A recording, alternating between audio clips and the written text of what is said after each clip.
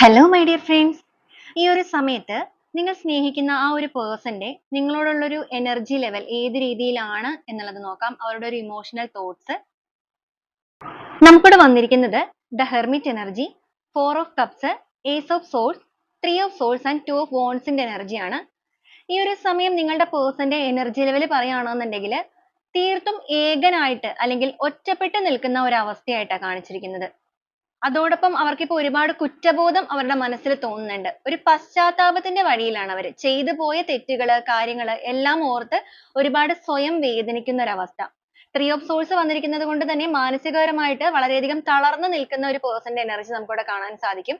നിങ്ങളുടെ റിലേഷൻഷിപ്പില് നിങ്ങളെ നഷ്ടപ്പെടുത്തിയതിൽ ഇപ്പൊ ആ ഒരു വ്യക്തിക്ക് ഒരുപാട് കുറ്റബോധവും നഷ്ടബോധവും തോന്നുന്നുണ്ട്. 2 ഓഫ് വോൺസ് ആണ് വന്നിരിക്കുന്നത്.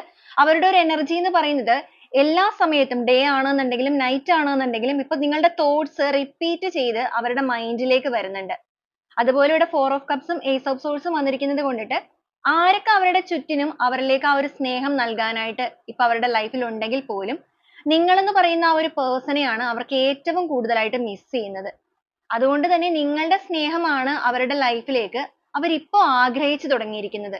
ഈ ഒരു റിലേഷൻഷിപ്പിന്റെ കാര്യത്തിൽ ഇപ്പൊ ഒരു നോ കോണ്ടാക്ട് സിറ്റുവേഷൻ ഒക്കെ ആയിട്ട് നിൽക്കുകയാണെന്നുണ്ടെങ്കിൽ ഈ ഒരു ബന്ധത്തിൽ ബുദ്ധിപൂർവ്വം എന്തെങ്കിലും ഒരു കാര്യങ്ങൾ പ്രവർത്തിക്കേണ്ട ഒരു സമയമാണിത് എന്നുള്ളതാണ് അവർ മനസ്സിലാക്കുന്നത്. അതുകൊണ്ട് തന്നെ അവരുടെ ഭാഗത്ത് നിന്ന് നിങ്ങളുടെ റിലേഷൻഷിപ്പിലേക്ക് എന്ത് ആക്ഷൻ ആണ് എടുക്കേണ്ടത് എന്നുള്ള ഒരു ചിന്തയിൽ അല്ലെങ്കിൽ ആ ഒരു തിങ്കിങ്ങിലാണ് അവർ നിൽക്കുന്നത്. ബുദ്ധിപൂർവ്വം റിലേഷൻഷിപ്പിന്റെ കാര്യത്തിൽ ഒരു തീരുമാനം എടുക്കണം അല്ലെങ്കിൽ ഒരു സ്റ്റാർട്ടിങ് ഇതിൽ കൊണ്ടുവരണം എന്നുള്ള ഒരു മൈൻഡ് സെറ്റ് ആണ് ഇപ്പൊ അവരുടെ എനർജിയിൽ മെയിൻ ആയിട്ട് കാണിക്കുന്നത്.